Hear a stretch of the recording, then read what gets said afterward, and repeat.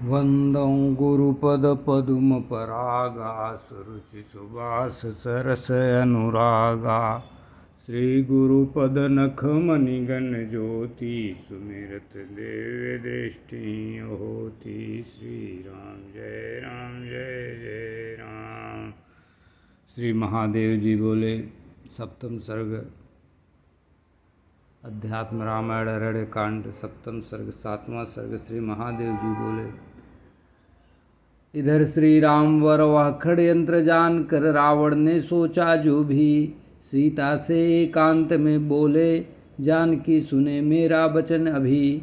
रावण भिक्षु रूप धर कर आएगा आपके पास इधर, रावण भिक्षु रूप धर कर आएगा आपके पास इधर। आप छाया रूप धर कर अपने जैसा रूप धर कर आएगा इधर। रावण भिक्षु रूप धर कर आएगा इधर आपके पास एकांत में।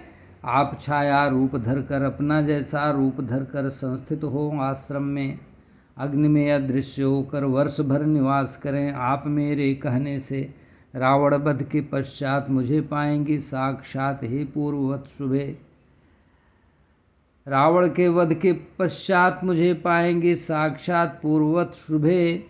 सुनकर श्री राम के बोले गए वाक्य को वैसा ही किया उनकी शक्ति ने, वैसा ही किया उनकी शक्ति ने। माया में वैदेही अपनी छाया रख के वहीं स्वयं को अंतर ध्यान की अग्नि में, स्वयं को अंतर ध्यान की अग्नि में, स्वयं को अंतर ध्यान की अग्नि में। मायामयी सीता तब देखती मृग को माया से निर्मिता जो। हंसते हुए रामवर से बोली विनयान्विता हो।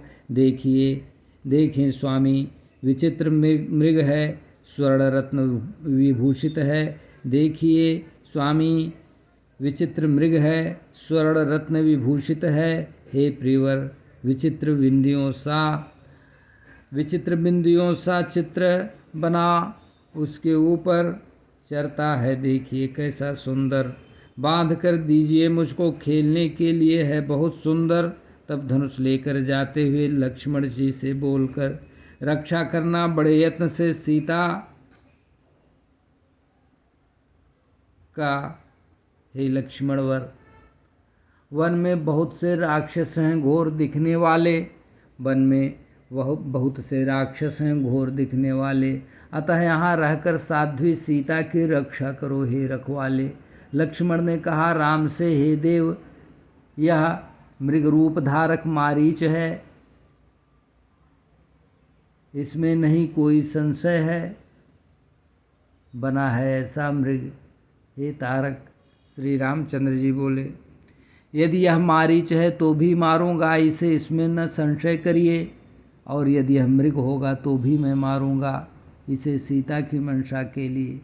जाता हूँ मृग पकड़ने, ले आऊँगा उसे सत्वर। तुम प्रयत्नपूर्वक बैठकर सीता की रक्षा करो सजग होकर। यह कहकर चले श्री रामवर माया मृग के पीछे बड़े वेगवान होके। माया जिनकी आश्रिता है रचती है जगत और रखती है जगत मोह के। वे निर्विकार चिदात्मा होते हुए भी सर्वव्यापी, फिर भी मृग का अनुसरण करके अपने भक्तों पर कृपा करते हैं भगवान श्री हरि। यह बात सत्य है, यह दिखाते हैं सही करके। ऐसा किए सीता को प्रसन्न करने के लिए ही जानते हुए भी मृग के पीछे गए। नहीं तो आत्मज्ञानी पूर्ण काम वाले श्री रामचंद्र जी के लिए ये मृग अथवा स्त्री से भी क्या प्रयोजन रखते परमात्मा होते हुए। किसी क्षण दिखाई देता मृग पास में, क्षण में दौड़कर छिपते हुए, और फिर दिखाई देता बहुत दूर श्री राम को ले गया। तब श्री राम को यह सुनिश्चित हुआ कि यह राक्षस ही है, ऐसा अनुभव किया। तब बेध दिया, मैंने मार दिया बाण उस राक्षस मृग रूपधारी को गिर पड़ा रक्त बहाता हुआ मारीच पूर्व रूपकारी हो। बोला, हाय मारा गया मैं, बचाओ लक्ष्मण मुझको, हे महाबाहु महामना। ऐसा सुनकर श्री राम की तरह स्वर गिरा रक्त से सना। जिनका नाम अज्ञानी भी मरते समय स्मरण कर साम्य उनका पाता है, उन्हीं श्री राम हरि के सामने उनके देखते देखते मरा असुर धन्य उसकी माता है। धन्य उसकी माता है। उसके देह से निकलकर तेज सभी लोगों को देखते हुए श्री राम में ही समाहित हुआ। देवगण बहुत विस्मित हुए। यह पापी कैसी करनी किया और कैसी गति पा लिया, मुनियों का हिंसक रहा।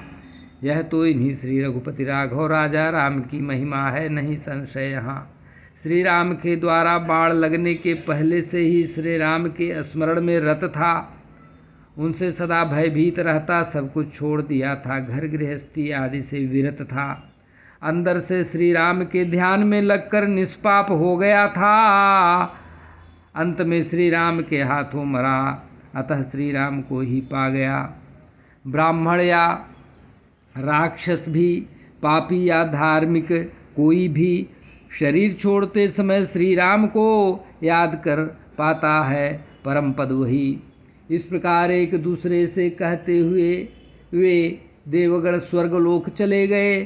श्री राम अपने मन में सोचते, इस नीच राक्षस ने मरते समय में मेरे स्वर में जोर से आवाज़ करके हाय लक्ष्मण ऐसा बोला क्यों? सीता की क्या दशा होगी सुनकर मेरे जैसे वाक्यों। इसी चिंता में डूबकर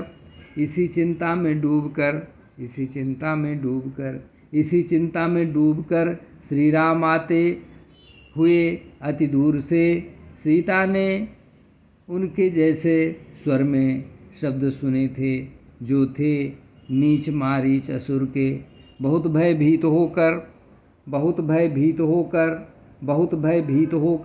दुख में डूबकर लक्ष्मण से ऐसा कहीं, जाओ लक्ष्मण बड़े वेग से, बड़े भाई तुम्हारे असुर से हैं पीड़ित कहीं।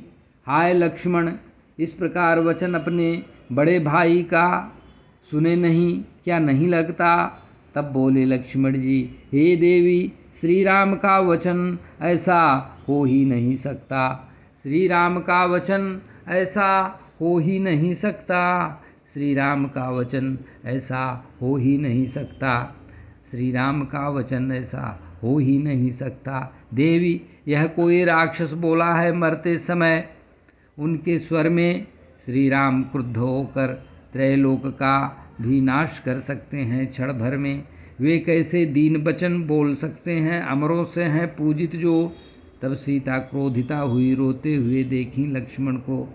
बोली, अरे दूषित बुद्धि लक्ष्मण, तुम भाई को विपत्ति में देखने के इच्छुक हो। भेजा है भरत ने ही राम के नाश की आकांक्षा से तुमको। मुझे ले जाने के लिए आया है तू। मेरे पति का नाश होने पर नहीं पाएगा मुझको। देख, मरती हूँ अभी प्राण खोने पर। नहीं जानते हैं इस तरह श्री राम तुमको कि पत्नी हरने को उद्यत हो। पति के अलावा किसी को नहीं स्पर्श करूँगी, तुमको या उस भरत को। यह कहकर अपने हाथों से अपने को मारने लगीं रोते हुए। सुनकर उनके कठोर वचन लक्ष्मण जी अति दुखित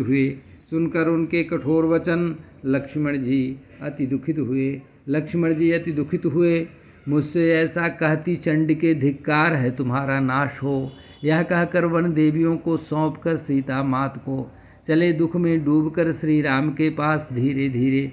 तब मौका देखकर रावण भिक्षु का वेश धरे सीता के समीप आया, तुरंत दंड कमंडल लेके। सीता ने उसको देखकर प्रणाम किया, सत्कार किया भक्ति से, कंदमूल फल आदि दिया, स्वागत किया। बोली उससे, मुनि जी, ये फल आदि खाकर आराम कर लो यहाँ यथा सुख से। अभी पति मेरे आते ही होंगे, वे प्रियकारी जो नीक लगें। करेंगे आपकी विशेष सेवा, बैठे श्रमहारी हों यदि ठीक लगे। भिक्षु बोला कौन हो तुम हे अनघे, कौन तुम्हारे पति हैं कमल नेत्री है, क्या करने यहाँ रहते हैं वे। यह वन राक्षसों से सेवित है, यह वन राक्षसों से सेवित है। कहें कल्याणी वह सब कुछ अपना वृत्तांत मुझसे निवेदित है। सीता जी बोली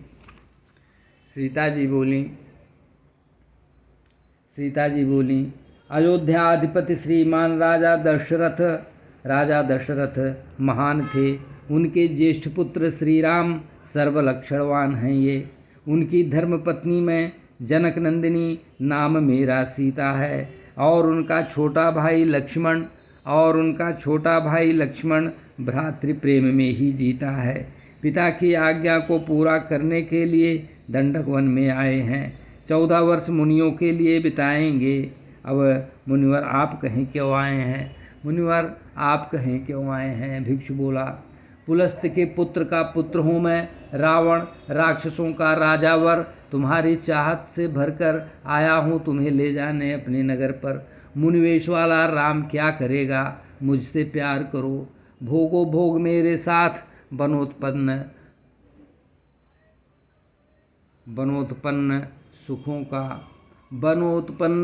बनोत्पन्न दुखों का त्याग करो। सुनकर उसका वचन सीता भयभीता कुछ बोली उससे। तुम्हारा नाश होगा राघव राम के कर से, ऐसा बोलते हो मुझसे। आते ही होंगे रघुवर साथ में, अनुज को लेकर क्षण भर ठहर पाएगा। अरे मुझको हरने की शक्ति किसमें। सिंह की पत्नी को खरगोश कैसे ले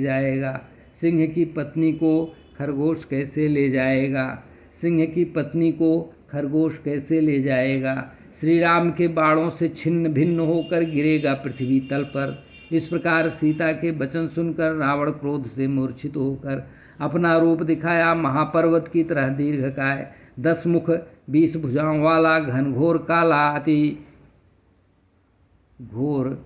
अद्वितीय काय। उसको देखकर रावण को देखकर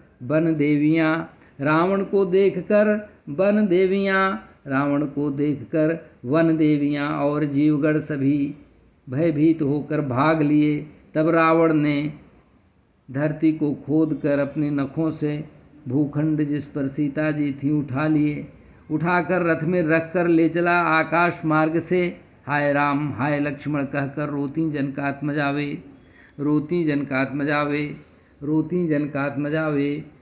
जनकात्मजावे। भय उद्विग्न मना दीना देखती भूमि को ही। सुनकर करुण क्रंदन सीता का पक्षी श्रेष्ठ ने जटायु उठकर पहाड़ की चोटी से मजबूत नुकीली चोंच वाला, ठहर कहाँ जाता है मेरे आगे, मैं हूँ इनका रखवाला। ठहर खल कहाँ जाता है, मैं हूँ इनका रखवाला। क्यों ले जा रहा है लोकनाथ की भार्या को उनके सुनसान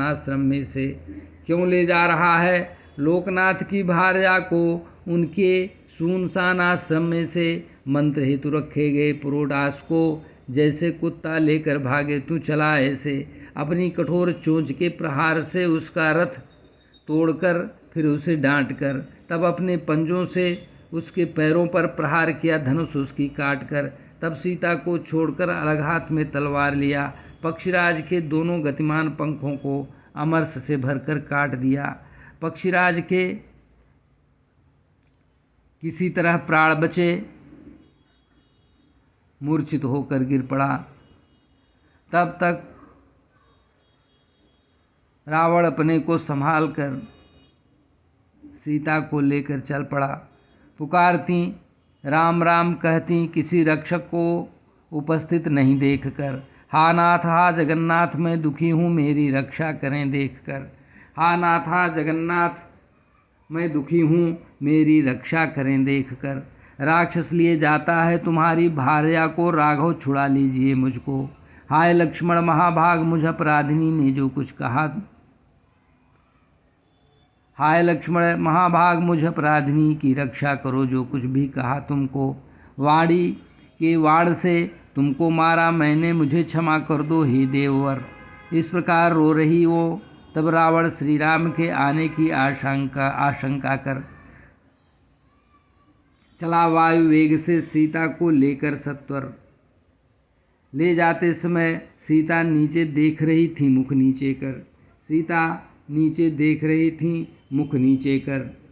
पर्वत के शिखर पर बैठे 5 वानरों को देखकर ओढ़नी के वस्त्र में अपने आभूषणों को लपेटकर बांधकर फेंक दिया वहाँ पर कि ये वर्णन करेंगे श्री राम से उनके यहाँ आने पर। तब समुद्र लांघकर रावण लंका में पहुँचा आकर अपने अंतःपुर में छिपाकर अशोक वन में संस्थित किया। राक्षसियों के संरक्षण में देकर मातृभाव से संरक्षित किया। मातृभाव से संरक्षित किया। मातृभाव से संरक्षित किया। मातृभाव से संरक्षित किया। मातृभाव से संरक्षित किया। दुर्बला अतिदीना श्रृंगार कर्म वर्जिता, दुख से सूखा मुख रहती थीं अति व्याकुला। हाय राम यही रोते हुए कहती थीं। सीता जी राक्षसियों के मध्य में मजबूर होकर रहती थीं। सीताराम राम राम राम राम। इस प्रकार वंदौ गुरुपद पदुम परागा, सुरुचि सुबास सरस अनुरागा।